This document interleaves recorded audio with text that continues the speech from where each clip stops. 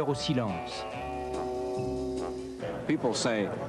Les gens pensent que le monde est plus sûr puisque les Russes ne sont plus nos ennemis.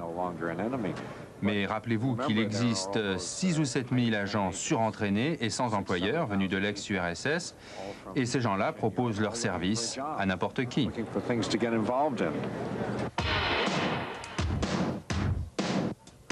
Face au nouveau désordre mondial, le retour de Citizen Bond s'imposait. Mais entre-temps, l'acteur Timothy Dalton a renoncé à la carrière d'agent secret.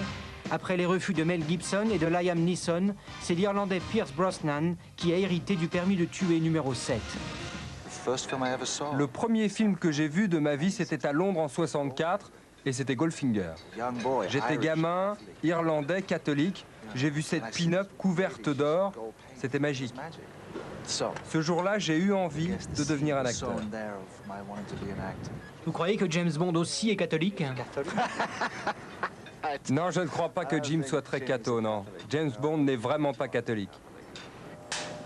Le dernier péché mortel du mécréant James Bond s'appelle Xenia, dernière d'une longue liste de James Bond girls vénéneuses. Dans la vie, elle s'appelle Famke Janssen, elle est mannequin néerlandaise et mesure 1,90 m, 4 cm de plus que James lui-même.